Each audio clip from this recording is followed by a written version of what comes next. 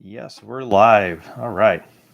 Wow, this is a different setup than when I tested the camera. There's so much more. It's a wider panoramic view, it looks like to me. But hopefully, you guys can hear me okay. We'll just get some. No, I can hear myself upstairs because the wife is testing it too. Sounds like it's all good. So we'll let some other people join in. Hope you guys are having a good November. What is today? The 4th. So just beginning for November. See, weather's starting to change around here. It's actually kind of mild right now. October got a little chilly, but we're starting to get we're starting to transition into fall, coming up on winter. Not my favorite time of year, but yeah, it is what it is. What happens when you live in Wisconsin? So, oh, we got Brent on. Hey, Brent, how you been? And we'll see, phone going off too. Oh, all kinds of stuff going on here. Wife gave me the thumbs up on the sound. I can actually hear myself upstairs. Got some questions that came in too. We'll make sure to check these out. How do I see that? There it is. I don't think that's right.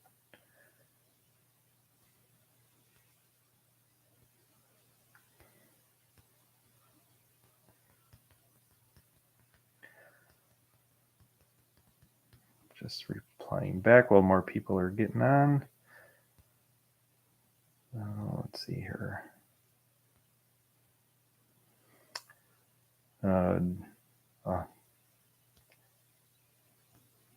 Oh, there it is. Okay. All right. Dutchy Holland over here, or John Smith, whichever alias you're using. I just got your message now on Facebook that you were asking about how my customer's car was able to run 12 psi with no water injection, and we'll get to that. We'll answer that. I'm actually not even 100% sure how he's doing it, but I have a theory. But that's good. We'll have some questions on the to go over. All right, so well, let's dive right into it. What do we got? 9 people on. Sounds good. We'll start out with some simple stuff. Get comfy here. New decal, new window decal. TTA Performance. I don't want this to be the logo. I still like this logo with the bird. You know, kind of my interpretation of the turbo bird. But decided to try this one out too. Thought it was kind of neat, showing the turbo. That we're into the whole turbocharging thing.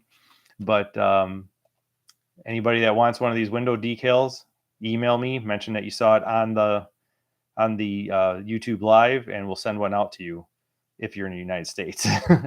Australia, the shipping might be a little bit. We'll have to see about Australia and overseas and stuff, what we can do about the shipping, because I know, John, you're probably going to want one. But yeah, kind of a new design there that we got. We're wanting to put this on a t-shirt also, so we'll probably look for that on the website. We'll probably get this going on a t-shirt, maybe, right in the center. But what else? What do we got on Liberty's Garage? Hi, yeah, just got my 81 put into hibernation. Yeah, unfortunately, it is that time of year. People are starting to put their cars away, and ironically, I don't see things slow down here. Let me tell you, carburetors have been coming in like crazy. I don't know what happened. Probably did 10 carbs in the last month. Cliff Ruggles, when I call him and I order kits, I'm finding myself ordering 3 kits at a time, 3 1980 kits, 3 1981 kits, 6 kits coming in at a time. And, you just start going through them. I thought people were putting their cars away. They wouldn't care about having the carb rebuilt, but I guess that's the time to do it.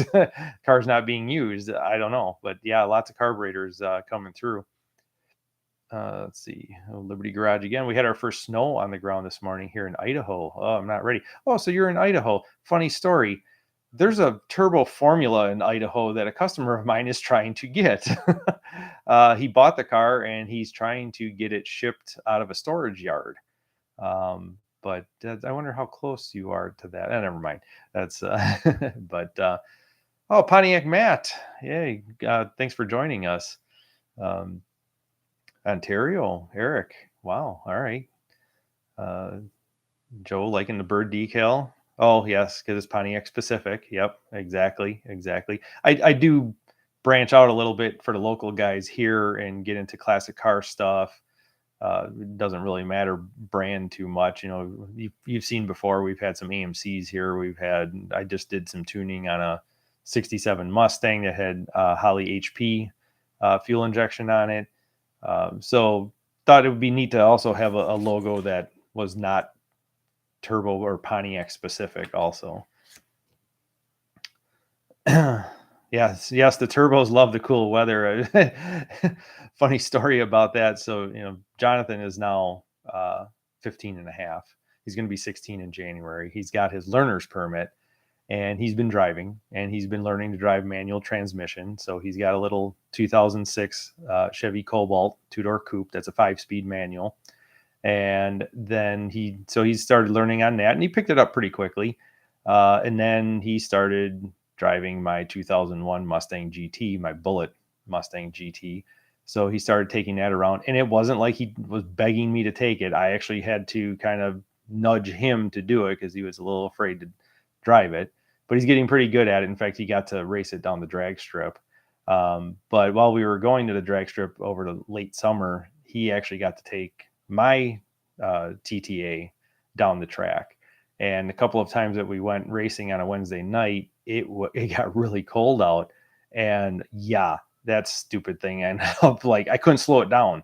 I'm trying. He's not manually shifting it. It's shifting. The turbo 350 that's in is just shifting on its own. And it's shifting at like 4,000 RPM, 4,500, and it would back half like crazy and just it still hit 102 miles an hour and he's running low 14s. He actually ripped off a 1375 on street tires with it. He's not making any boost at the starting line. He is stalling it up, but it's not making any boost.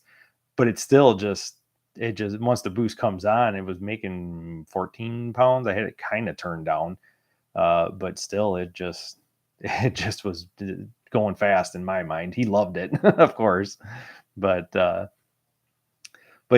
quick little story there. But anyway. So yeah, 102 miles an hour. The car's gone 106 already with me driving it. There was one pass in it. I never posted it. There was one pass this year. I was just out messing around. I did have the drag radials on it. It was moving. It had its best 8th mile, which was at 8:15. And I thought for sure it was going to have a personal best, but something didn't feel right after the 8th mile. It almost felt like it was breaking up or something. I almost have a feeling the fuel injection didn't know what to do because maybe the boost was a touch high and that the fuel injection was either trying to shut it down or couldn't, I gotta look and see what the map sensor can read, how high the map sensor can read, but something I felt a little tiny glitch and I let out before the finish line.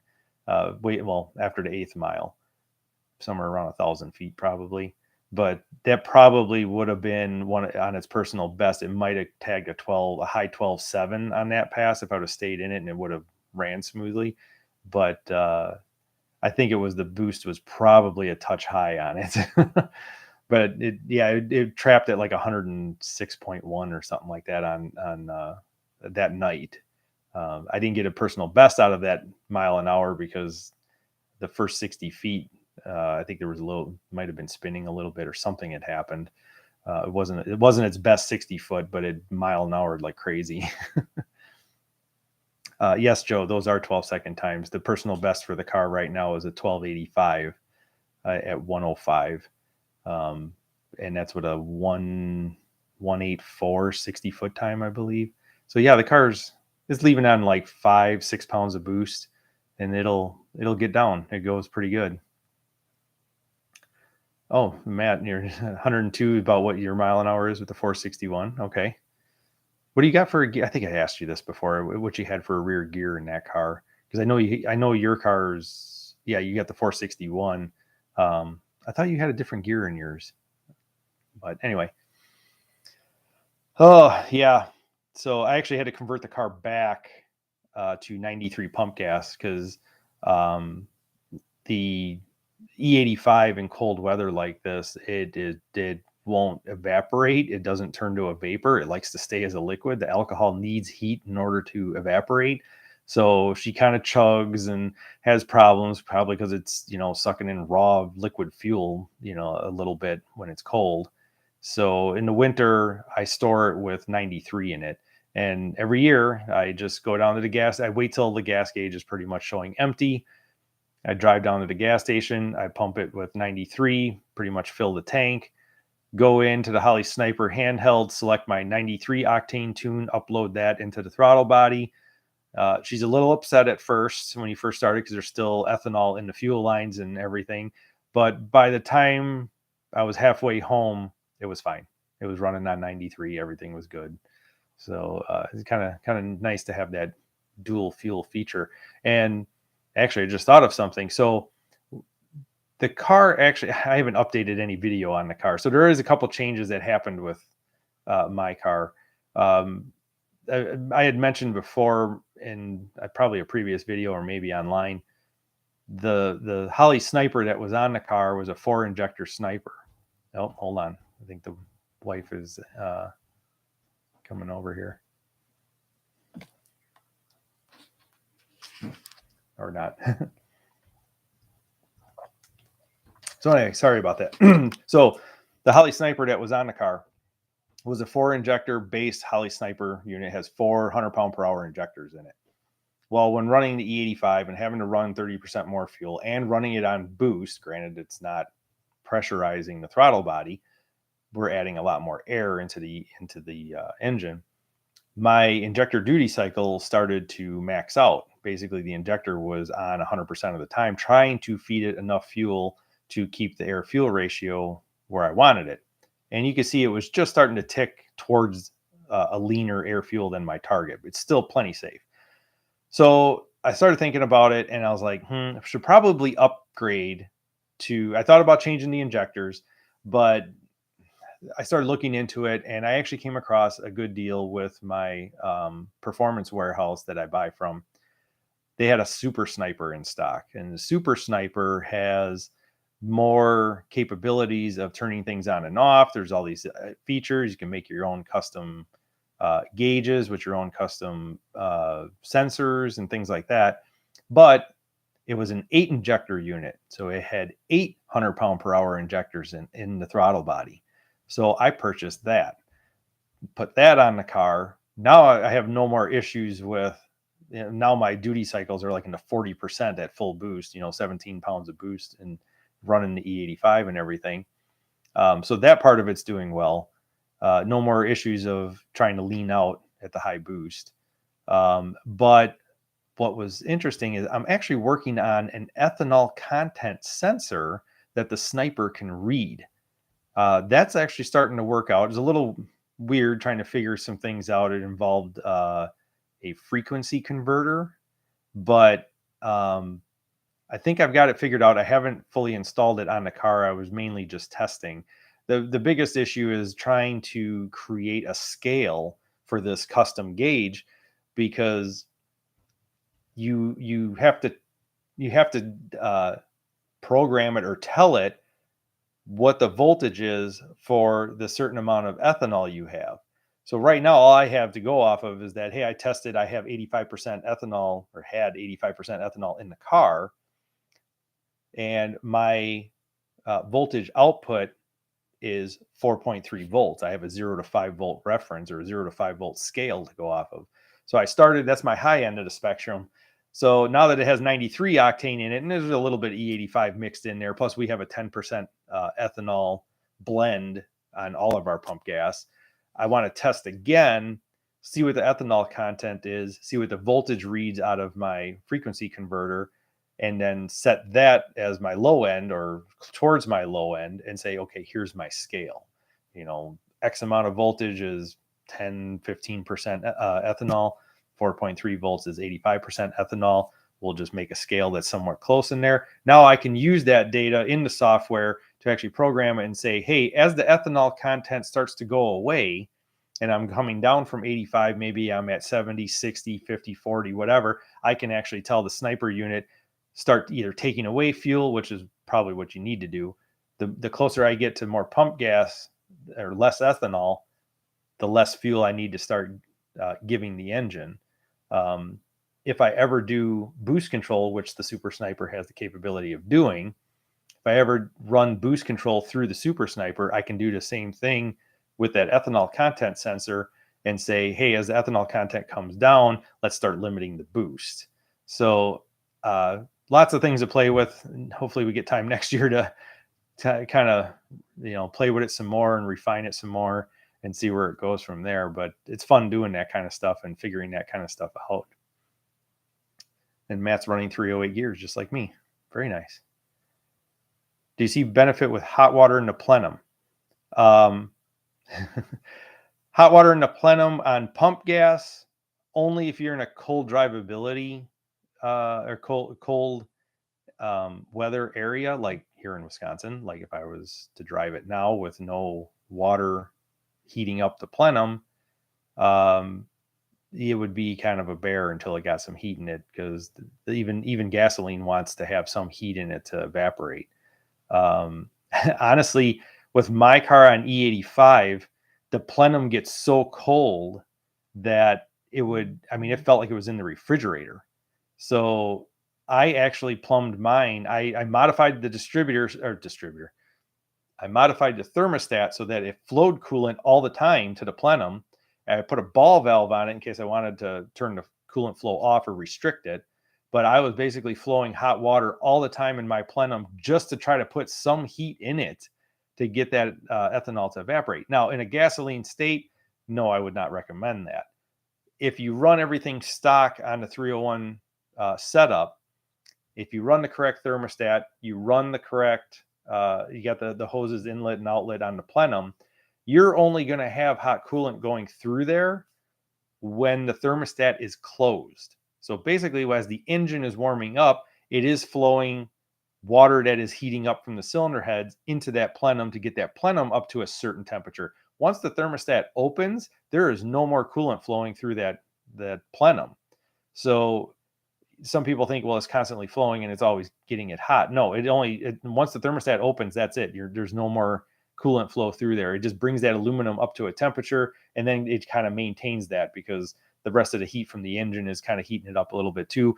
But you have to understand, all the fuel that's flowing through that plenum, whether it be gasoline, E85, whatever it is, coming through the carburetor, evaporating into a vapor, that evaporation process is pulling heat out of the air. So don't think of it that the air is at 200 degrees because the plenum is at 200 degrees. That's not necessarily the case. The air is probably less than that.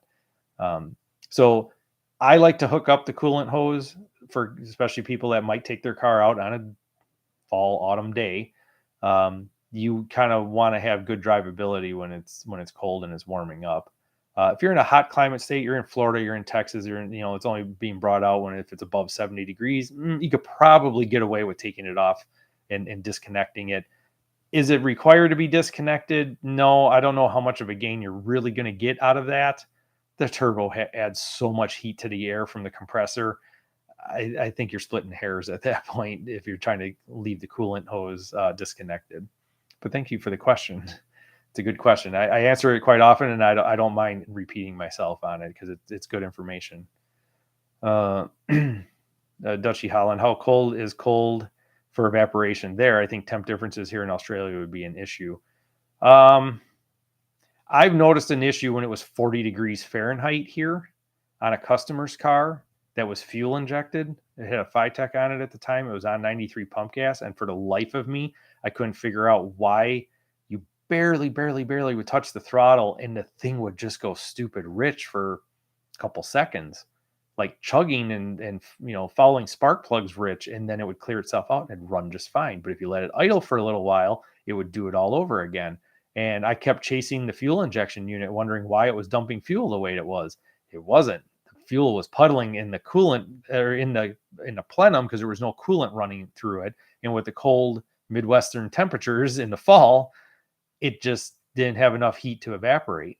So once I hooked up, it was amazing. I put all the hoses on there because they were all missing.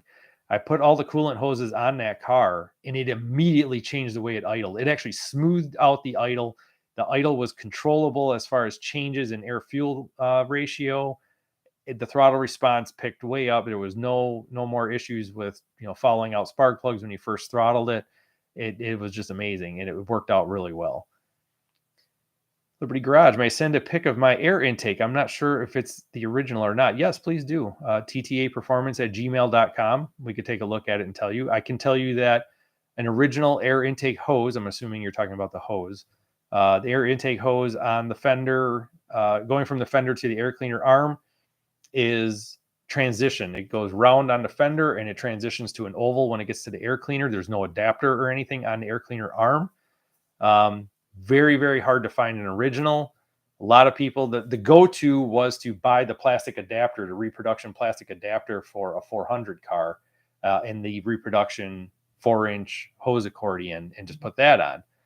Recently, and I don't know if it's on the website yet or not, we kind of came up and found a hose that can be manipulated into looking like an original. It'll hook up onto the air cleaner arm.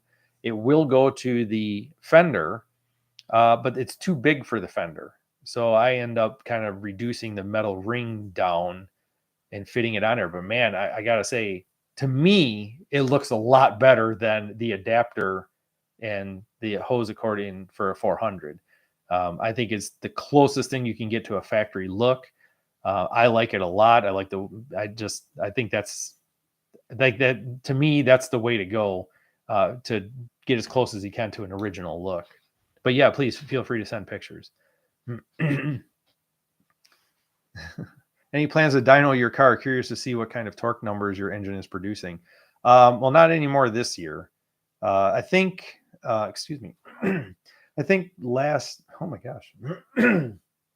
Sorry. The last time I was on the dyno with it, I'm going off of memory. It was 370, something to that effect. And we had done there was a way to calculate parasitic loss. You would drive the car 70 miles an hour on the rollers and then put it in neutral and let it coast down to 5 miles an hour on its own. And the dyno would calculate the drivetrain loss. And then it would give you a estimated crankshaft horsepower and torque number. And after doing that, it was telling me that I was making 465 foot-pounds of torque at the crank. Oh, maybe the 370 number was crankshaft horsepower. Yeah, that might have been crankshaft horsepower, and 465 torque at the crank. I can't remember what torque was at the wheel. Yeah, I can't remember what the torque was at the wheel, but I'd like to believe that that's right because it sounds impressive, but they're just numbers. To me, it's a number. There's some what do you want to call it? What's the term I'm looking for? I'm just trying to blank today. You got to take it with a grain of salt. To me, what matters is what does it do at the track? To me, that's a number that I like even better, because that's proven that driving it it makes what it makes. Dyno numbers, they can be skewed.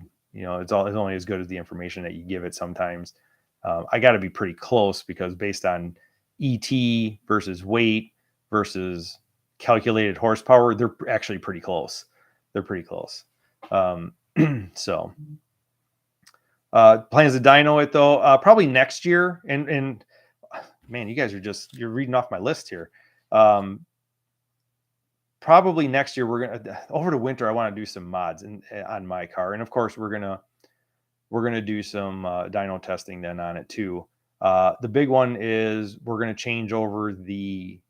do some changes to the turbo. The stage 5 turbo that's on my car is actually a prototype prior to doing anything for release for sale to you guys. Originally, it has the billet compressor wheel in it of the standard upgrade. It does not have the compressor wheel in it that we put in the stage 5 unit, which is bigger. On top of that, the other modification, I'm sure we talked about it in one of the lives, is we have a larger turbine housing to go with the stage 5 turbine wheel. Now this 1.01 AR ratio turbine housing, it does not have the provision for an internal wastegate. So it's an external wastegate only situation. And we're going to be putting that on. Now we can run a 3-inch V-banded downpipe. So we did put one on a customer's car. We didn't get a chance to go to the dyno with it. We ran out of time, and I think the dyno didn't have time either. And the customer took the car back. He brought it to a dyno shop over by him. And this is a car, I think I probably made video on it in the past. It's a 60 over 301 turbo. It's got a 067 tri-power roller cam in it, retrofit roller cam. It's on a Holly Sniper. It's on E85. It's 342s in the rear. It's a 204R overdrive. We did the upgraded turbine housing on it. We did the 3-inch downpipe, which then reduced down to a 2.5 when it got under the car. He said that at his dyno shop, they measured 305 to the rear wheels at only 12 pounds of boost, which I was like, holy cow. I was like, that's 5 more than what I'm making at 17 pounds. What is it going to do if you turn it up? And so we're estimating, if that's correct, that it's probably 320, 325 to the wheel, with more boost. So it's going to be interesting. That's one of the major things that I want to change over the winter. Upgrade my turbo. We're the ethanol content sensor, like I mentioned, I want to get that installed. I'm actually thinking of going electric fan, or attempting to try electric fans. I've seen some stuff and read some stuff about dual electric fans from a 4th gen fitting into the factory fan shroud. So I'm thinking about trying that. What else was there going to be? I am actually thinking of putting the 204R in it, which kind of segues into another thing on my list. But before we get into that, hopefully I answered that question about, yes, we do plan on going back to the dyno with more changes. Yes, only almost 1 horsepower per cubic inch. Matt's at 443 torque at the wheels, 328 rear wheel horsepower, with a 462 in iron head, or 461 in iron heads, 6X8s that are unported. Okay, very nice, very nice. 328 at the rear wheels. I mean, yeah, it's amazing that your stroker combination and my turbo combination are kind of close to each other. I'm not making the same horsepower that you are, but yeah, I'm close. Granted, I'm shoving a lot of boost into that car. For me, it sounds like a lot of boost, but no, I think that's great. So 204R. Some of you guys that may have you follow me on Facebook, the Facebook page, we just did a 204R conversion on a customer's car that had 373 gears in the rear end. It's a very interesting car, very rare, or kind of a rare one. It was an 80 turbo Trans Am hardtop that was in Fiero bronze being that bronzy, coppery, gold metallic color that was only available in 80. Really, really sharp car. He's had it since high school. Back then, they took out the 308s, put 373s in it. He's like, had this car all this time. He's like, it's just getting to be annoying having the gear, the motor's buzzing, all the time when you're trying to go highway speeds. It did have a tire on it that was a little bit shorter than stock, which wasn't helping. And he wanted to put an overdrive in. So, told him what to buy. I said, go find a transmission, find a 204R, find one out of a Monte Carlo SS or a Hurstel's 442. Grand National would be amazing, but good luck finding a Grand National 204R. Because those performance model 204Rs are actually pretty nice. You do a little shift kit in it and you're good to go. You can use one out of a everyday car, your Cadillacs and station wagons and stuff like that, but they require a little more work to actually get them for use in a performance application, mainly the governor in those cars. The minute you change the rear gear, the governor makes it shift so quickly that you're in third gear before you get through the intersection. So you have to modify the governor. But he went and sourced the transmission, a rebuilt transmission. He also got a rebuilt stall converter with it, 2200 stall. I told him, buy this cross member, buy this TV cable, buy this. The ShiftWorks makes a conversion for the stock shifter. Get that. He bought all the pieces. He brought me everything, brought me the car, brought me the trans. I did the swap for him. Interesting story. Took the car out for a ride. Got about a mile down the road, turned a corner, started to come home with the car, just started accelerating, wasn't on the gas real hard at all. And all of a sudden, boom, lost all drive, lost all movement of the car. Engine's revving, nothing's happening, no noises, just, you'd swear it like broke the drive shaft or something. Wasn't loud like that. It just forward momentum was gone. It's like the car just harshly went into neutral. Pulled over to the side, car kind of wanted to lurch if you revved it really high, but I was like, yeah, something's not right. After a lot of diagnosing, because I put a pressure gauge on it, I had pressure in the trans, the pump was working, torque converter's all hooked up, bolts are in the torque converter, nothing's leaking, nothing's exploded out of the side of the transmission, and I had just put a Transgo shift kit in it for him also, and this was a freshly rebuilt trans. And he wanted it to shift hard. Like they have a setting that says, hold on to your hat. And that's the setting he wanted. But everything was working fine. And then all of a sudden we had this problem. Got the car towed back home, checked everything out. The only thing I could come up with is that it's possible something's wrong with the torque converter. I hear kind of a weird noise. It sounds like it's coming from the torque converter. I happen to have a 2500 stall torque converter that was earmarked for my car for a 204R. And he said, go ahead and put it in. Let's try that. If that doesn't work, I'm going to just take the trans out and he goes, I'll bring it back to the shop that built it. Swapped out the torque converter, and that was the problem. We had no input shaft momentum or RPM. Basically, the hub that is splined for the input shaft to the transmission, the hub broke inside the torque converter. And I had pump pressure because the snout of the torque converter is turning the pump, but internally the hub for they don't call it the stator, they call it I forget what they call it, the turbine. The turbine was not turning the input shaft of the transmission. So I'm applying gears, but there's nothing turning the input of the transmission to actually turn the drive shaft. So once we did that, drove the car around. Car was a lot of fun. Did a couple tweaks getting the transmission to shift where we wanted it to. That thing, it was wild. It would spin the tires, no problem. And he actually foot braked it a little bit. Didn't build boost, just foot braked it, stalled it up a little bit, hammered on it, took off, and boost came on, and it just smoked the tires, shifted into second, kept smoking the tires all the way through second gear with those 373s. It was pretty wild. I was like, wow, this is like 400, 455 type territory where you could spin the tires pretty easily. And it was pretty cool. So with doing all of that, started to make me think, I think I kind of want to try the 204R.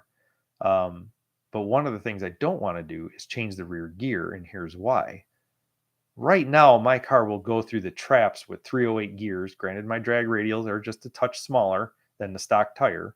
It'll go through the traps at 5,000 RPM right at that finish line in third gear of the Turbo 350. Third gear in the 204R is the same ratio, 1-to-1 ratio. But first gear in the 204R is lower than the Turbo 350. So it would be, I did the math, and having the 204R with 308 gears would make it act like a Turbo 350 with 331 gears.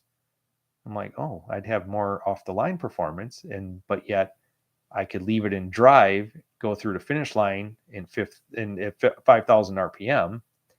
And then on the highway, I can shift into overdrive at 70 miles an hour. And granted, I'd probably be doing like 1900 RPM, but it would be nice. It's better than doing 3,000 RPM. So I'm thinking of doing the 204R conversion, but not change the gear right away, if at all. We'll try it first with 308s. But no, it worked out really well with the 200 in his car. I was asked when I posted on Facebook, will there be a video on how to do the conversion? Yes, there will be. I have another car here, customer's car, that we just got the transmission. We're going to be doing the conversion on the car, and I will detail and outline all that in an upcoming YouTube video of how I do it, the parts that I use, everything like that. So that'll be a good one for you guys.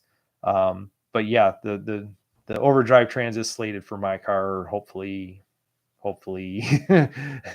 I don't know if it'll happen over the winter or not, but we're trying. It needs other things too, like it really badly needs door hinge bushings on the driver's side.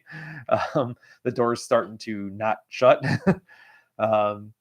And yeah, I'm sure there's other things I'm forgetting as to what I'm going to do, but there's going to be a laundry list of things to try.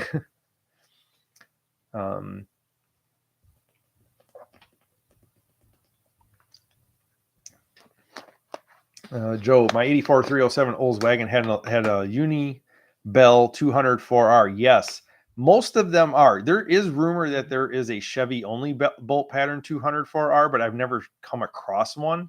I may have saw a picture of one. I think they're a little more rare, but just about every 200, I've collected a few 200, station wagon, Cadillac, whatever, everyday car 200s to use as cores.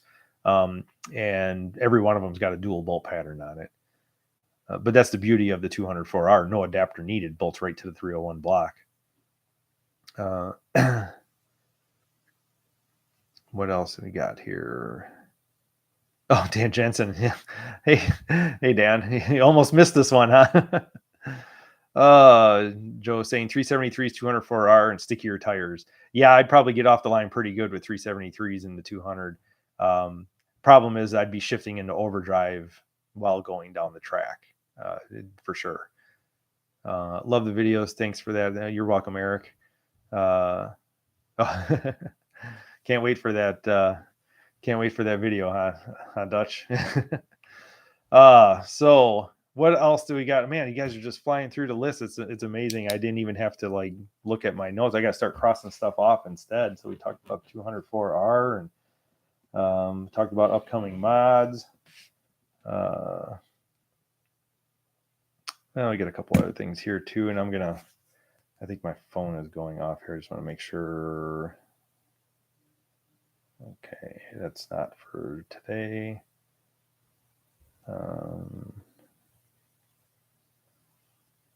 What else do we got? Just double checking. Oh, Liberty Smith just sent me the air intake hose. Might as well. That is not an original. Sorry, Liberty. That is not an original. That does have the adapter on it. But get with me if you want to do something that looks more original. And now I know who you are. I noticed a picture of your car. You were going to stop out here on your trip that you took with your car. That was amazing that you drove it like that. That's awesome. Idaho is eliminating emissions testing next year. Anything to know on removing the smog stuff? Yes. So removing smog stuff on these cars would be your air pump and all the tubes and everything related with it, catalytic converter, EGR valve. What else? There's not much else. I think that's it. Yeah, that's pretty much it. So easy one, catalytic converter, taking that off. If you have an 81, which according to your picture you do, Liberty, you do have an 81. There's another pipe going along that oil pan that goes from the air pump to the catalytic converter. But if you're going to eliminate the air pump, then you don't have to worry about it because you're going to eliminate that pipe then too. So you take off the cat, obviously. The air pump, if you're going to take the air pump off, a couple of things. You got to find a 2-groove water pump pulley that is a 6.5-inch diameter. So basically I always say 70 and up just to be safe. Any 70 to 79, there might be a few 69s in there. 70 to 79, any Pontiac V8 that had air conditioning, 6.5-inch diameter water pump pulley, 2 V-belt grooves on it. Has to be from a Pontiac. Can't be from an Oldsmobile. Can't be from a Chevrolet. You need that pulley so that you have a belt provision, a belt groove to drive the alternator. Right now, the alternator is only driven by the crankshaft. It's using the air pump as kind of an idler pulley, and then it drives the alternator. So it's only got a single groove on it right now for the water pump that's driving the power steering. So if you get the 2-groove water pump pulley from an older one, you put that on, you can eliminate the air pump, you can eliminate the air pipe that goes between the cylinder heads. Now, the air pipe, it push fits, slip fits into an aluminum block on the passenger side cylinder head. It's O-ringed into there. So what you need to do is pull that aluminum bracket or aluminum plate off and put a freeze plug in the hole of the cylinder head, because the exhaust will come out of there otherwise. But you need to keep that plate because it's a spacer for the air conditioning brackets.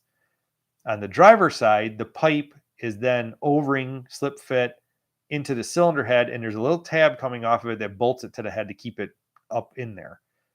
When you take the pipe out, there's actually an adapter pressed into the head to allow that pipe to seal. You have to mangle and chisel and whatever, hammer, screwdriver, and knock that out of the cylinder head so you can put the freeze plug in there. Once you have the freeze plugs in both heads, it's the same freeze plug that's used on the backside of the heads. It's a Dorman 555-101. It's actually a metric diameter freeze plug. A 3/4 inch freeze plug will not fit tight enough in there. It will fall out from exhaust pressure. It'll blow it right out. It's a 20 millimeter freeze plug. Again, the number's 555-101 from Dorman. You press, it's a little tricky to get in there. It fits kind of tight, but that's good. Knock it in there. Once that's all done, that blocks any exhaust from coming through. If you really want to get fancy, you can trim off the aluminum bracket for the air conditioner, or the one that I mentioned was a spacer for the air conditioning. That plate, there's an ear coming off of it to mount the air pump. You can cut that off, and then there's like a triangular extension coming off of the alternator bracket, the steel alternator bracket. You can trim that one off and grind it to follow the contour of the adjustment for the alternator, and it'll look like it was never there, like it never had an air pump on it. So it's a nice clean look. I like taking the air pumps off because it just kind of opens up and you can see more of the engine. You can see more of like the turbo and things like that. It just looks less cluttered. I hate the fact that you open the hood and it's like, hey, look at my air pump. So you got that. EGR is the last one. We do have the block off plate. I don't like running EGR to begin with because I don't want to put hot exhaust into my compressor housing of my turbo. But you do, you got the block off plate. You can go as far as taking the EGR pipe off that wraps around the back of the turbo and goes into the brass block on the intake manifold. You could take that off of the intake and put a NPT plug in the hole of the intake manifold. Again, cleans things up nice, less clutter. And that would cover everything as far as emission stuff to take off of it. All right, what else do we got here? Brooke Pitt, you're here every time. Related question to that is, what do you do with all the unused wiring from emissions controls? Yes, thanks for bringing that up. I totally forgot about that. So 81 cars, computer controlled cars, US spec. You got the computer command control 3C system. If you take off the air pump, you're going to have 2 electrical connectors for the air management valve on the back. You're going to have most of the time the purge solenoid is destroyed anyway, which is the red one. That's usually unplugged. There's an EGR solenoid mounted to the thermostat housing bolt, so you can eliminate that. I think I'm trying to think what other electrical connectors there are for emission stuff. I think that's about it. Yes, you have connectors that are hanging out there. None of them will set the check engine light being disconnected, but yeah, I guess that part of it's kind of ugly. I don't know. Tuck them away, put some split loom over them and try to hide them, I guess. Yeah, good question. You're going to have to try to get creative with that. But thanks for bringing that up. Tommy Pratt. Hey, Joe, this is Tommy from Michigan, the guy you just bought that 92 Firebird from. I have been following your page. I've learned a lot about those turbo TAs. Very cool stuff. Thank you, Tommy. And you're going to segue right into that too, aren't you? All right, we'll get to that in a second. Dushy Holland, what size freeze plug for the passenger head? Same size. Both cylinder heads use a 20 millimeter freeze plug. I know the Dorman number is 555-101. Liberty, let's see, that pipe to the Kelly converter fell off on my road trip. It's zip tied up there right now. Okay, you know what I'm talking about though. 81 is the only year that has that pipe going to the cat. 80 did not get it.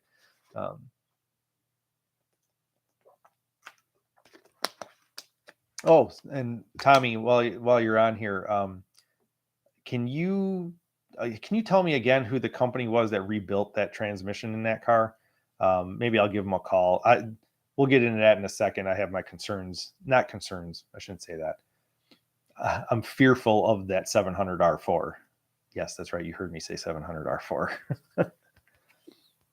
I'm just double checking to make sure that we're not missing anything here. So I've got Dutch is actually messaging me at the same time. Yeah, those would probably work, Dutch. Those look right. I mean, it's different brand than what I'm used to here in the States, but I think that would work. So, as Tommy was stating, so Tommy Pratt here, he sold me a car. He sold me a car. It is a Firebird. It's a new bird to the nest. It's a third gen. It's a 92 formula. Now, does that mean that we're going to branch out into third gen stuff? I wouldn't say that right now. Basically, we ended up buying this to kind of be a street car, race car for me and Jonathan. Jonathan's really getting into enjoying the bracket racing that we have here over the spring and summer. He lost first round just almost every time, but he came right back and tried again every week. He would keep trying. He tried with the wife's Jeep Wrangler. He tried with my 81 Turbo Trans Am. He did not try with the Mustang.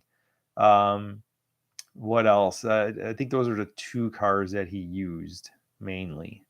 And lost first round every time. Lost every week was a different way of losing. He'd red light, which that's very rare, but he did. He broke out, went too fast. Yep, that happens. It bogged and it went too slow, and the other guy went around him. Yep, that happens. Just everything under the sun. The last time he went out, had the wife's Jeep, dialed in at a 1575 on the Jeep. The Jeep went 1570. No, I'm sorry. He dialed 1573.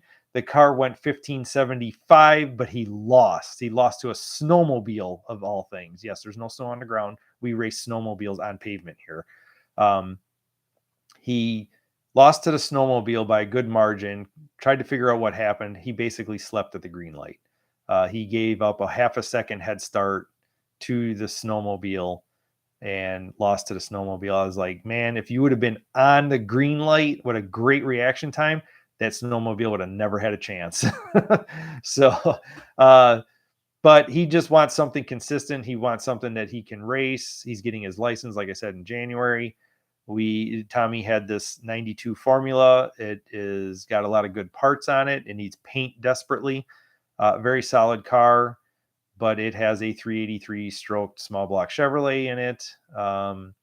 It has a 700 R4 that's rebuilt. It has a small torque converter with some kind of a stall. I'm assuming 2500. It has 373 gears. It's carbureted with a quick fuel carb. It's got a nasty Lunati roller cam in it. Eagle crank, H-beam rods, SRP forged pistons, but it's running a cast iron tune port injection head on it that's been modified. Has larger valves and stuff. She sounds the part. Got full exhaust on it.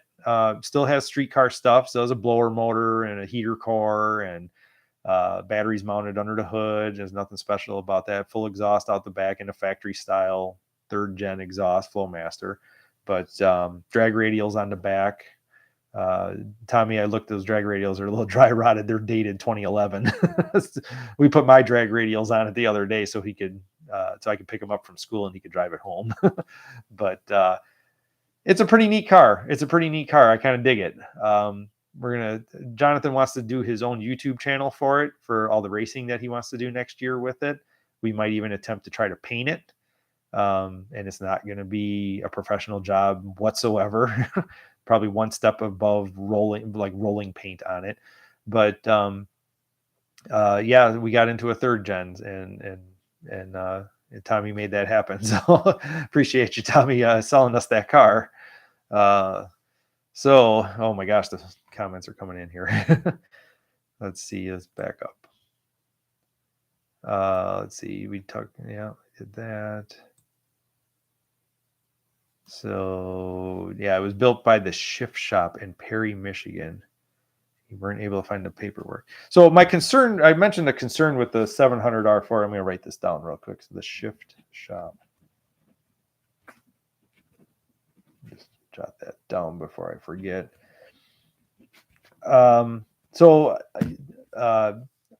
Tommy, you had given me the guy that built the car back in 2010, 2011. I got in contact with him. He gave me his name. I got in contact with him. We were chatting over Messenger about the car, and he was telling me about it. It was tuned with a wideband using, for the carb and dialing things in. That's awesome. He mentioned that he couldn't keep a 700 R4 in it, that he went through 2 of them in 500 miles. And then I don't know, maybe I freaked myself out over it. I started looking up like mods that need to be done to make a 700 R4 live, in a high performance application. Because it seems like they almost have a reputation like 301s, where it's like, oh my God, you don't know if you're going to get a third gear shift out of it or something. I mean, it shifts great. It's firm. The stall is cool. It seemed like RPM is what kind of kills them, because there's some kind of a check ball that the rotating inertia of high RPM creates bleed over, where hydraulic pressure starts to try to apply the 3/4 clutch when it's not supposed to. And that's what kind of burns them up and causes problems. I don't know if I'm reading that correctly. So now I'm like all paranoid. I'm like, oh my God, I don't want this thing to go past 5,000 RPM. I want to keep this transmission in it, and I want it to last, and all Jonathan keeps telling me is, do I flash the converter, or am I going to stall it up? And what's going to make it carry the left front wheel? It's like, hold on, bud. You're running it on a 2-barrel before you do anything. So, yeah, that's kind of my concern. I'm trying to educate myself on 700 R4s, and is it going to be a problem, or is it not going to be a problem? I don't know. So I thought I'd touch base with the company that rebuilt it and just see what they have to say, if they did any kind of upgrades or anything like that. Will it buzz to 6,500, or am I going to have a problem? No, thanks for letting me know, and thanks for coming on here, Tommy. That's great. Thanks for Pontiac Matt, had a 89 GTA with a 350. I actually had, when I met my wife, I had an 89 Formula that was a TunePort 5-speed car, hardtop WS6, and it was black with dark gray interior. And yeah, it was like Knight Rider. It was like driving around in kit. Your Ram goes 1499 consistently. It's funny you mentioned that. So I did a bracket race with my Mustang just for the heck of it. I'm like, I haven't raced the Mustang in a while. And I never took it to the track after changing to 355s in the rear from 327s. But my drag tires were dry rotted, so I just left it on street tires. And it was hilarious, because you can't launch that car, being a stick shift car. You can't like give it any RPM on street tires, because it just smokes the tires. So you're like trying to leave it idle all the time with a stick, letting the clutch out. And I placed third in a bracket race on a weekend back in the end of September, mid-September, and it was hilarious, because the car it goes like just 14.0 something all the time, 14.06, 14.03. It never goes 13.99 on a street tire, no matter what I do. Joe, love the fact that the 3rd gen power bulge and 301T plus the Q-Jet right under the scoop. Yep, that's what this 92 has. The 92 does have the turbo hood on it. I thought it was kind of fitting, that it would have that hood. there's nothing in the back of the hood scoop. It's actually open. But ironically, after we bought the car, and I didn't tell anybody that we bought it, I didn't show pictures of it or anything. It's actually kind of hideous to look at. The paint's really bad, but it's dark green with tan interior. Somebody emailed me that has a third gen that's got like some 1200 horsepower twin turbo LS in it or something like that. And he's got a GTA hood on it now, but he also bought the Formula hood. And his mom used to have an 80 pace car or 80 turbo car with lights in it. And he wants to add the lights to the back of his third gen. He saw the light kit that I have for the second gens for the turbo cars. And he's like, hey, can that work in my third gen hood? Well, no, unfortunately, it doesn't work in the third gen hood. The shape is different. I believe the third gen version of the turbo hood is the opening's a little bit wider, but the shape is completely different. And it's like, ironically, we just bought a third gen. There's nothing in the back of the hood right now, because he was going to send me the hood insert and be like, here, make one, or, use it for measuring. Nope. I've got one now. I could technically make something for the back of the hood, and maybe we'll make a hood light kit for a third gen. Who knows?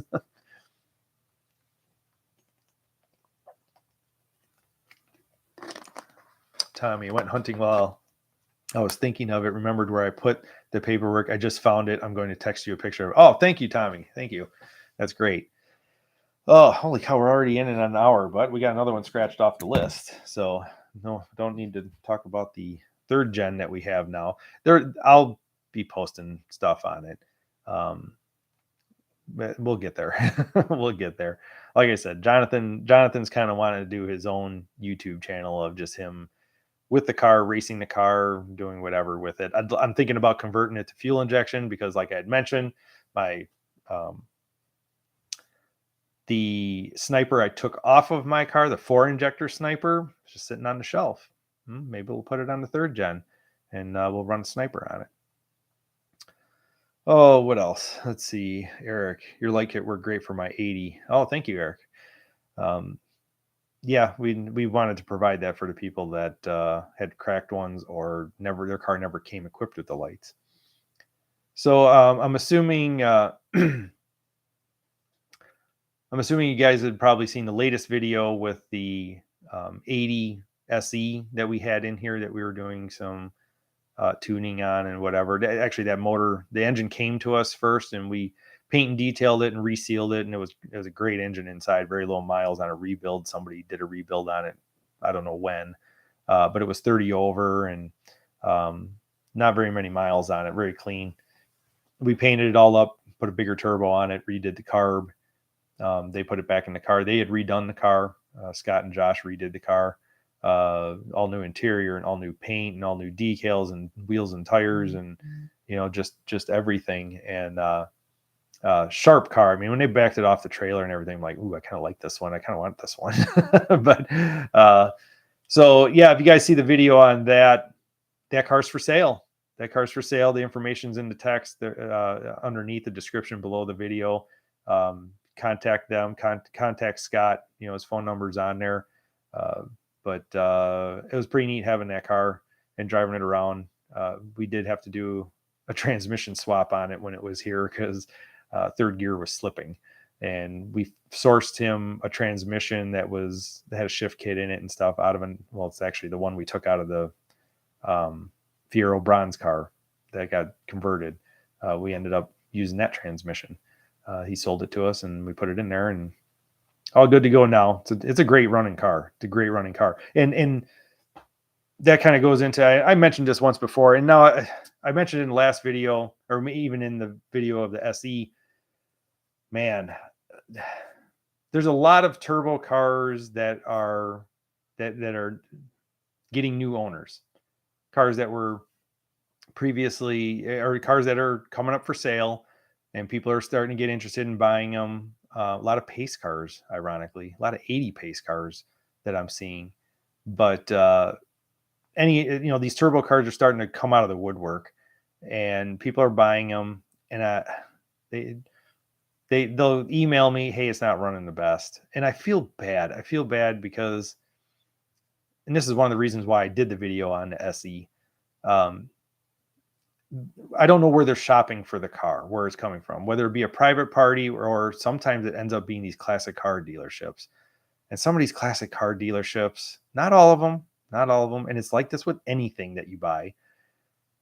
There's some out there that they'll do the car in a way that makes it sell.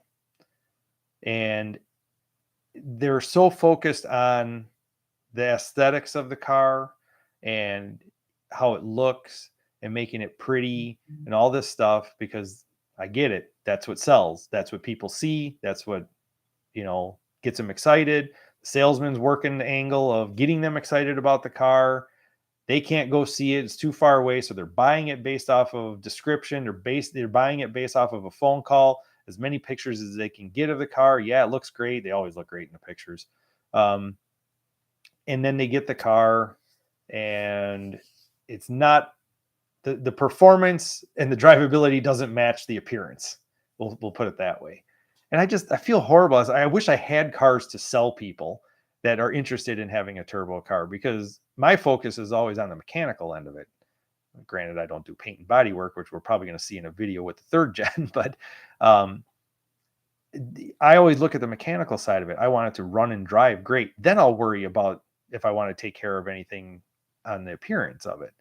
But I get it. It's hard to justify the mechanical side of things because you can't visually see it. Sometimes I even worry about it with my customers because they'll bring the car to me and do all your mechanical stuff on it. Okay, I get it running great. We got the carb rebuilt and we're adding a little more boost and we're curving the distributor and the car's phenomenal. I've had customers go for a ride and they're like, "This is not my car.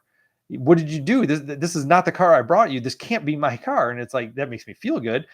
But at the same time, it's like, sometimes I wonder, it's like they come to pick it up and it looks exactly the same. And they're like, "Well, what did I spend my money on? I don't see anything different." Yeah, I get it. The mechanical side of it is all hidden. And it's hard until they drive the car and then they realize what got changed. But uh, these cars get sold that way. And then there's just problems. And I mean, like I said, I feel bad because I'm sure the car wasn't cheap to begin with. And now to be told that the money that you just invested in this car that looks amazing does not perform, and now you have to spend money to get it to perform the way it should be performing. But I mean, don't get me wrong. It's not like I don't want to do that. I definitely do. I want to help them out. I want them to be able to enjoy the car. I want all you guys to be able to enjoy your cars. It's just, if you guys ever see a car that you're interested in buying and you're curious about anything, you could always email me and send me pictures and I'll kind of see if there's anything that I notice about it that's not right, that's not correct, whatever. But, with the turbo cars like that, yeah, it's tough. And I get it too. Some of these shops are just like, "Man, I don't know where to start with this thing or how to even do anything." If it starts and runs and drives, roll it the way it is. They don't want to mess with it. And I see why they do it, but I don't know if I 100% agree with that. So that's why I did the video for the 80SE, was to show everybody that, hey, here's a car for sale that looks great. I mean, it looks amazing and it runs amazing. It's turnkey ready. And it's like, just to put that out there and back that up and say, this is a good running car that is ready to go. There's no worries. That's why I put that out there. And hopefully somebody can use it as reference too for whatever car they might be interested in buying at some point. They can reference that video and be like, "Okay, this is how this is." Oh, sorry for rambling there. Time's up. Thanks for the tips. Thanks, Joe. Oh, let's see. So we talked about the 80SE. And the whole reason that we were trying to have this was to talk about the TA Nats. Man, we're already into this an hour. Do I go into the Nats or not? We got 11 people watching. I'll try to keep it brief. TA Nationals, Dayton, Ohio, happens every year, end of August, usually last weekend in August. The largest turnout this year ever. There was just over 500 cars registered for the show, which is like the most they've ever had. very warm out, not as hot as it was the year prior. Uh, this year, we brought my car again. I had a couple people call me up and say, hey, if you're coming to the Nats, can you work on my car? Can you do this for me? Can you do that for me? Yeah, I can do that. We were just getting over being sick right before, a week before. So it was a little touch and go at first. Like, I was in the truck Thursday morning, ready to leave, cars loaded on the trailer and everything. And I'm sitting in the truck and I'm like, I don't feel the greatest. I know I'm getting over this, but I'm not feeling the greatest. And I was almost like, do I just pull the plug and stay home and just not do this? But I was like, no, I think it'll be all right. It'll be all right. And I did, everything did get better once we got there and everything. Worked on a customer's car right away Friday morning. Replaced his distributor over at our vendor spot. Got that all up and going. It was a curved distributor that I had built for him, and got that installed. Looked at some other customers, or not even customers, just people that I met there. Low mileage turbocharged cars. We hooked up a boost gauge on one of them because he's like, hey, my third light. He actually had my boost light panel in it. And he's like, third light won't come on. I was like, well, let's go for a ride. I got my boost gauge with me. We'll hook it up. We'll see what it does. And, took it for a ride and the car ran great. Got on it. And I was like, you're only making like 5, maybe 6 PSI. That's why the third light's not coming on. It says you're not making enough boost. Nope. That's all I needed to know. He said, just wanted to make sure there wasn't something else wrong. He's like, I love the way the car runs. I really don't want to modify anything. I'm just going to leave it as is. As long as I know the reason, I'm good with it. Okay, that's great. Did some carburetor adjustments and things for one customer that came from Northern Ohio. He had a check engine light on his 81 and was having some issues. Made a few adjustments. He said the light was no longer coming on and it was running better, so that was good. Then I get a call from a customer who's there every year, met him at the show, and met him at the show years ago. And in the spring, it was around April, May, I believe, he had actually brought the car up from Southern Indiana, dropped it off by me. I went through and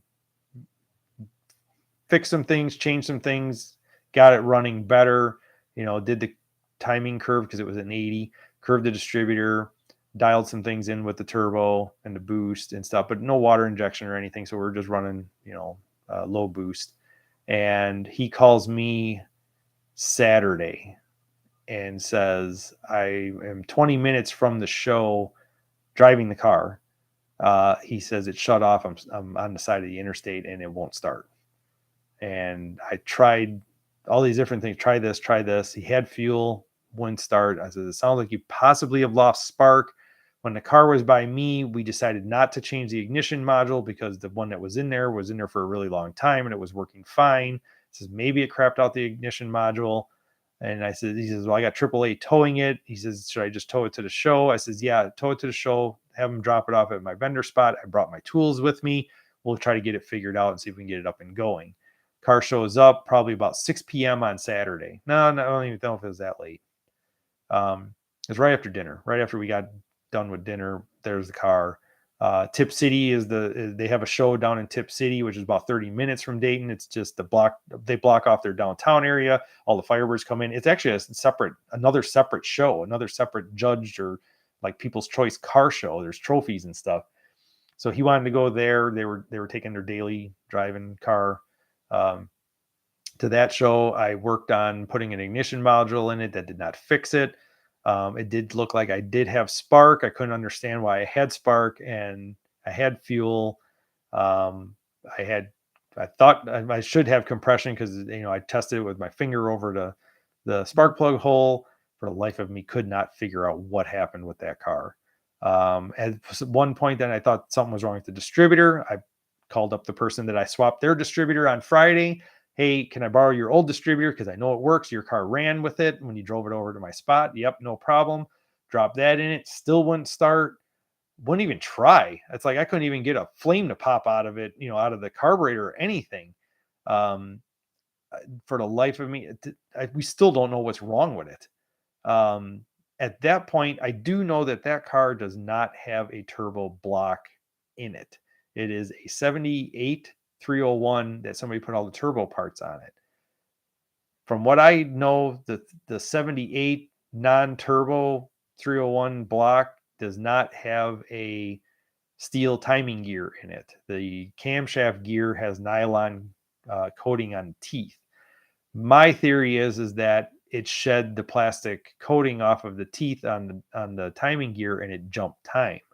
That my valve timing is off to the point that it can't fire for some reason, or the valve's not opening at the right time. That's the only thing I can come up with at this point. He ended up having the car towed home. His father-in-law came with a trailer and they towed it home. They've tried everything. They called me. They're messing with it some more. Hot wiring the distributor. Should we try another distributor? I'm like, you can try another distributor, but I know that distributor that's in it works.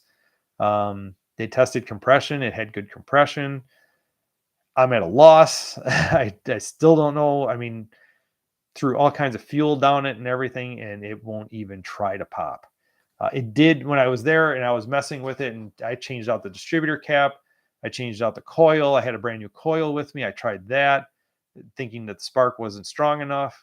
At one point, it started, but the coil cover was off of it and everything. And it ran briefly, but I don't think it ran very well. It wasn't at a very elevated RPM for idle. And like an idiot, I shut it off to put everything back together, and then it wouldn't start after that again. So I don't know. I guess I'll keep you guys posted as to what happens. Kind of brought me down for the weekend because I never had one stump me like that.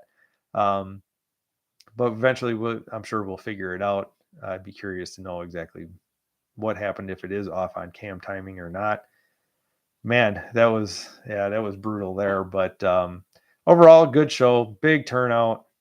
Met a lot of new people, met current customers. There's quite a few turbo cars that were there. Some of them were for sale. But yeah, I mean, the bummer part of for next year is that they opened. You can't reserve your room at the Holiday Inn there the day that you're there. You can't reserve next year's. You can't have next year's reservation. They don't open up next year's reservation until October. Well, I called in October because I saw a post on Facebook that somebody had mentioned that they were taking reservations.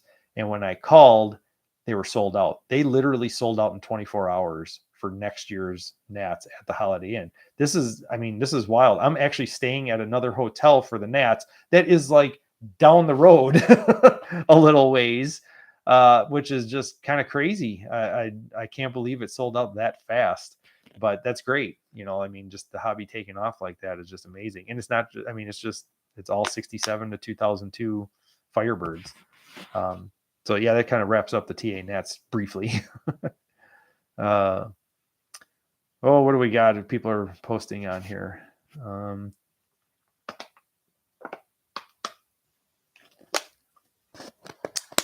Most shops don't even want to touch carbureted cars these days. They need the codes to troubleshoot. Yes, that's very true. Very true. Kind of a dying breed with the whole carburetor thing. And yeah, a lot of shops, it's just a younger generation now that's owning these shops and running these shops. And yeah, I get it. That's what they're used to. That's what they know. That's what they're going to stick with, and, I don't blame them. Liberty. My third light has not come on since I've owned it. We can help you diagnose that. There's actually a YouTube video about diagnosing your boost lights. It's the one with the 81 Daytona 500 pace car that's got the 17-inch snowflakes on it. That's the video for diagnosing your boost lights. But you could always, give me a call or send me an email if there's any questions. Pontiac Man, I'm tempted to find a 301 turbo and put it in my 81 Daytona 500 TA. Be nice to have a 301 turbo back in the car with your performance mods done to it. Well, thanks, Matt. We could help you with that too. I mean, I've got a couple core engines if you ever wanted to do something. Isn't the 301 turbo block stronger than the NA block? Yes, it is. Careful how you say NA block. 77 to 79, they're all NA blocks.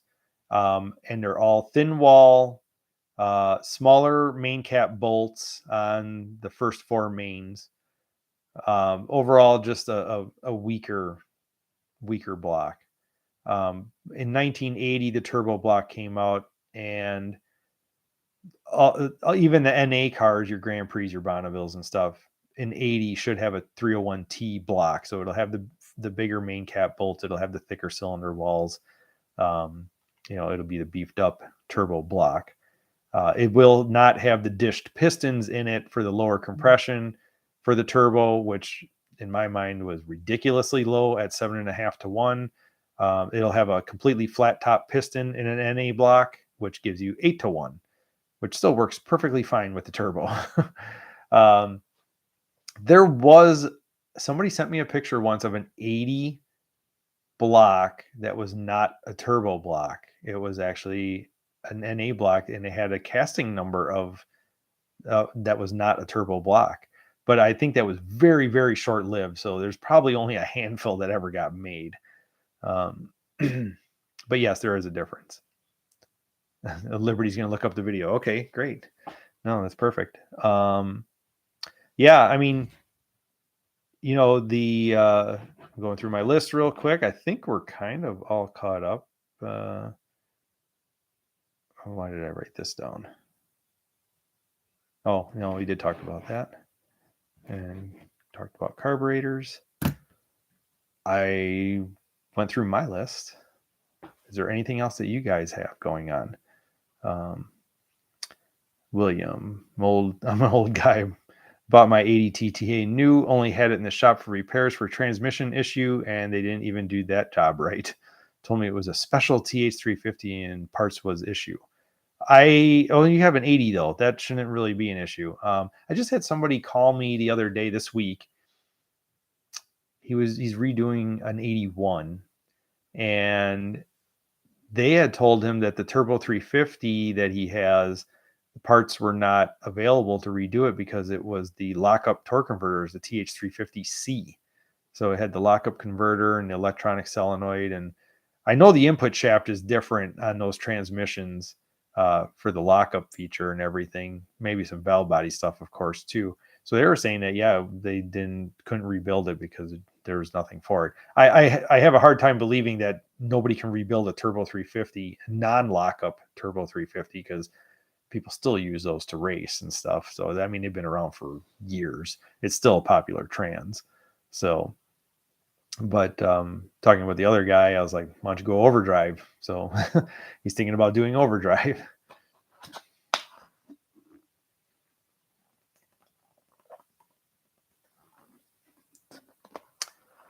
Oh, so yeah. Yeah, there's a lot of differences with 301 turbo versus non-turbo. We actually ended up getting a 79 non-turbo 4-barrel. Interesting story. Somebody locally, not too far from me, had found out that I do like HP tuners tuning on LS stuff, which I don't do it a lot. I just do some little stuff with it. And they had a 79 Firebird that had a 5.3 truck engine swapped into it, and the wire harness and computer from the truck was in it. And I was like, well, that's interesting. Now, can you come and tune it? Because it's just not running right and we're having trouble and all this stuff. And I was like, usually a swap, I don't want to get near a swap with the HP tuners because you don't have the rest of the controllers that a car or truck would have that came with that engine. So then the computer goes into a limp mode and it's all upset because it can't talk to anything else. I said, I'll come and see what you have going on. So I go over there to see what's going on. And this kid's in high school and he's just starting out, but he's really into hot rodding and doing his own fabrication. And hats off to him. I mean, you got to start somewhere, and he's doing it. He's just doing the best that he can. And hey, go for it. You're only going to get better from here. So he had it in there, and I'm like, it's a formula. It's a 79 formula. And I was like, what motor was in this car? Oh, it had this 301 over here. It's sitting in the corner of the garage. And I was like, what are you going to do with that? So I ended up buying the motor from him. He was trying to sell it anyway. But yeah, 301 4-barrel. He's like, it ran good. I'm like, okay. I don't even know what I'm going to do with it. Uh, it's got some chrome valve covers on it, and the 4-rail carb, the inlet for the fuel filter got epoxied on there because it was cross-threaded, so it was a little messed up there. But it's supposed to be a good running 301. Granted, it's an NA block that's not strong. It's probably not worth boosting it. I don't know. I don't know what I'm going to do with it. I was going to part it out, but I'm like, it runs. Why? So I just put it on an engine stand and just, test parts on it or something.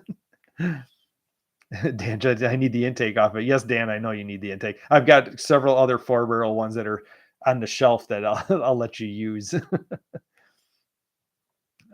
putting a new subframe in soon, cutting and rewelding to allow more room for a 3-inch down. Hey, not bad. Good idea. 3-inch pipe. Yeah. Can clearance that for that. So, yeah, I mean, if you guys don't have anything else going on, wow, we still got 14 people watching. That's great. Maybe we'll have to figure out what we're going to talk about next time. Dan Jensen being in here is reminding me that maybe we'll talk about camshafts again. We've got some ideas for some new roller cams, and that's one of the things that I'll be testing too for my car. I'm hoping to switch to a roller cam next year and try some different profiles out and see if we can make a little bit more power. But yeah, I'm trying to think. There was something else about my car that popped into my head then too, that we were going to be testing out or trying to modify.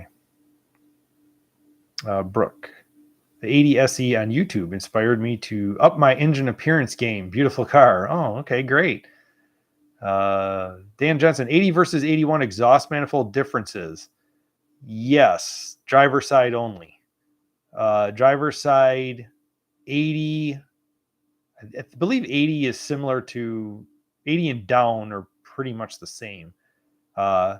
81 is a 1 year only. Talk about 81. 81 is just so weird. 81 has a 1 year only driver side exhaust manifold with a smaller outlet on the manifold itself where the pipe attaches, and it's got a special donut gasket that you cannot get anymore. So I started making a donut gasket that fits it for 81, and then then there's just all kinds of weird. I found out there's rotators on the exhaust valves of the 81 heads. 81 heads have a deeper spring pocket for the rotators, which screws things up if you're trying to do a roller cam on 81 heads. Oh my gosh. I did find valve springs that'll work for a roller cam with 81 heads, but I was like, really? What? 1 year only? Is just, they all have this. They, between the manifold and the cylinder heads now, and oh my gosh, William, testing a trans brake on yours. My son Jonathan wants me to put a trans brake on the Trans Am. I'm like, I think I'm going to break stuff if I do that. It's got a 2-step rev limiter built into the Sniper, and I have it set to 2400 RPM on a button, on a push button. And I've only messed with it just a little bit on the street. One time I did it in the driveway where I just held the button on the 2-step, revved it up, hit the rev limiter at 2400 RPM, and kept my foot in it like pretty hard. The turbo started whistling very loud, and I was making 5 pounds of boost and didn't move yet, and just on the 2-step rev limiter. And I was like, oh boy, I don't know if I want to use this. Liberty, what is correct factory tire for an 81 TTA? I scored a set of correct 15 by 7.5 inch turbo wheels. The correct size factory tire would be the same as 80, which is a 225/70/15, which comes to about 27 inches tall. Oh, let's just make sure we got text messages. Yeah. Okay. I'm getting the wrap it up sign from the wife. We're already in almost an hour and a half. We're going to call it from here. Thanks for watching, guys. Thanks for joining me tonight. Start thinking for the next one. Feel free to comment on this when this gets posted for the next time, or you can even drop me an email or whatever and just be like, hey, talk about this on your next live, things like that. I'm always looking for ideas of things to talk about. And who knows, maybe we'll be talking about more 3rd gen stuff. So have a good evening, guys. And we'll catch you next time. Thanks as always.